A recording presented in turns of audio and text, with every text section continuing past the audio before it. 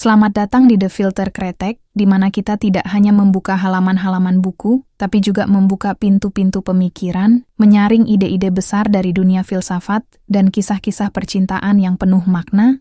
Jadi siapkan dirimu, ambil secangkir kopi atau teh, dan mari kita mulai perjalanan intelektual dan emosional ini bersama-sama, antara aku dan kamu. Yuk kita mulai, dan jangan lupa komen dan subscribe, oke? Dalam tradisi filsafat Islam klasik, sedikit karya yang memiliki pengaruh sebesar Al-Madinah Al-Fadilah karya Abu Nasr Al-Farabi. Karya ini bukan hanya refleksi teoritis atas masyarakat ideal, melainkan juga sebuah kerangka metafisik dan politik yang dalam, yang menyatukan antara warisan filsafat Yunani dan nilai-nilai spiritual Islam.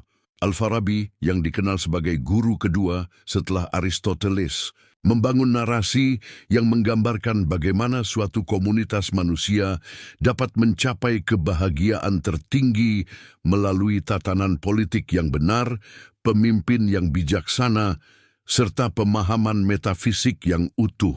Al-Farabi memulai argumentasinya dengan mendefinisikan manusia sebagai makhluk sosial dan intelektual, yang pada dasarnya diciptakan untuk hidup bersama dan saling membantu dalam mencapai tujuan akhir hidup, yakni sa'adah atau kebahagiaan sejati. Kebahagiaan ini tidak sekadar berada pada level kesenangan fisik atau kenikmatan duniawi, melainkan pada pencerahan akal dan penyatuan spiritual dengan sumber segala kebenaran.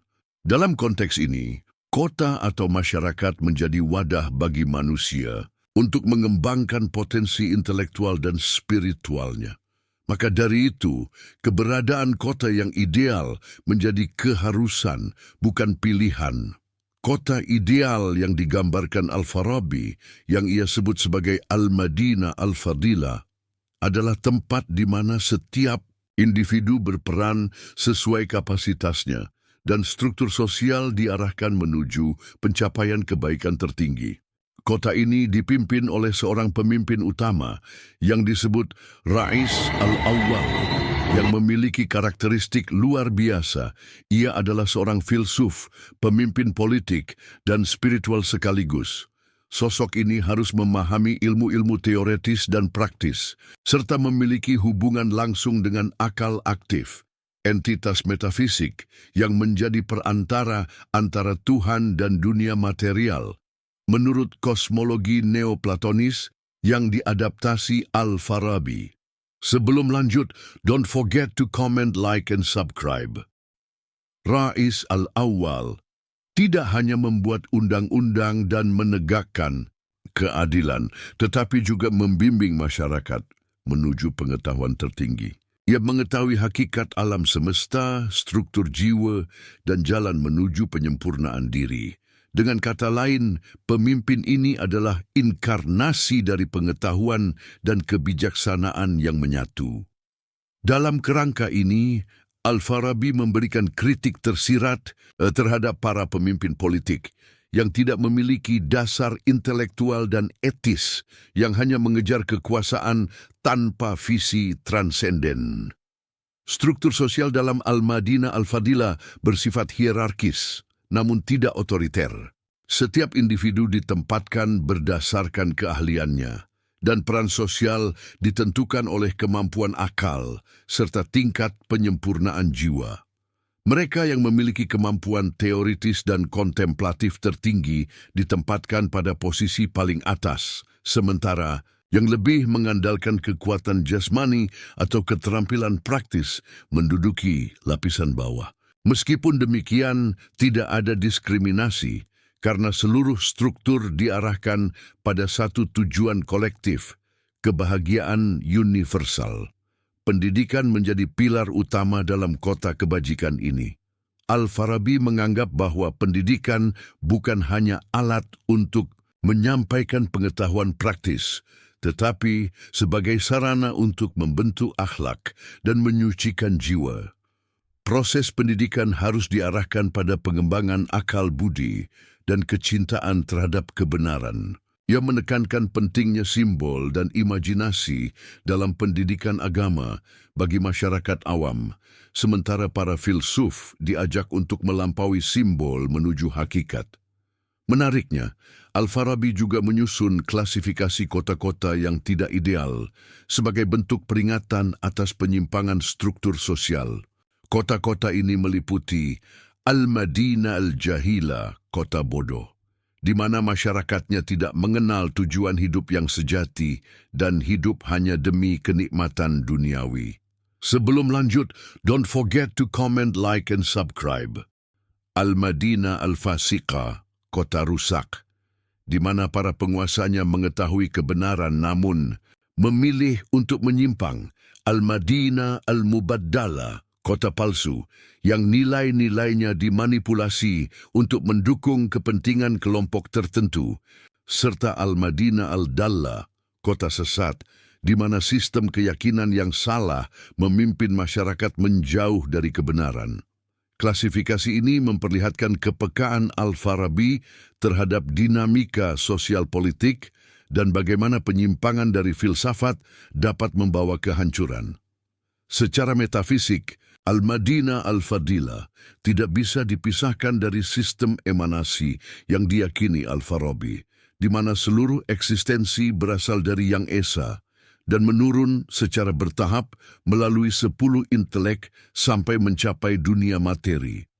Akal aktif memainkan peran sentral dalam memberikan bentuk dan pengertian terhadap segala sesuatu dan merupakan kunci bagi manusia dalam memahami realitas. Dalam konteks ini, hanya pemimpin ideal yang mampu mengakses pengetahuan tertinggi ini menjadikannya sebagai jembatan antara langit dan bumi. Korelasi antara wahyu dan filsafat juga menjadi tema penting dalam karya ini. Bagi Al-Farabi, tidak ada pertentangan antara keduanya. Wahyu adalah bentuk simbolik dari kebenaran filosofis yang dapat dipahami oleh masyarakat luas melalui agama. Filsafat, di sisi lain, adalah jalan rasional untuk memahami kebenaran yang sama. Maka dari itu, dalam kota ideal, filsafat dan agama tidak bersaing, tetapi saling menopang. Agama menyediakan tatanan moral dan emosional bagi masyarakat awam, sementara filsafat membimbing elit intelektual menuju kontemplasi hakiki. Pengaruh Al-Madinah Al-Fadila sangat besar terhadap perkembangan filsafat Islam selanjutnya. Pemikir-pemikir besar seperti Ibn Sina mengadopsi banyak konsep dari Al-Farabi, terutama mengenai pemimpin ideal dan struktur kosmos. Bahkan dalam konteks modern, pemikiran Al-Farabi tetap relevan sebagai kritik atas krisis kepemimpinan, degradasi moral, dan kekosongan spiritual dalam masyarakat kontemporer. Dengan membangun kerangka yang menggabungkan filsafat politik, etika, metafisika, dan spiritualitas, Al-Farabi memberikan warisan pemikiran yang tidak hanya idealistik tetapi juga sangat praktis. Ia mengajarkan bahwa keadilan sejati tidak akan lahir dari kekuatan atau undang-undang semata, tetapi dari pemahaman mendalam tentang hakikat manusia dan realitas yang melampaui dunia fisik. Sebelum lanjut, don't forget to comment, like, and subscribe. Al-Madinah Al-Fadila bukan hanya utopia yang sulit dicapai, melainkan visi normatif yang menjadi arah kompas bagi reformasi sosial dan pembaharuan spiritual. Kota kebajikan Al-Farabi adalah gambaran tentang dunia yang seharusnya.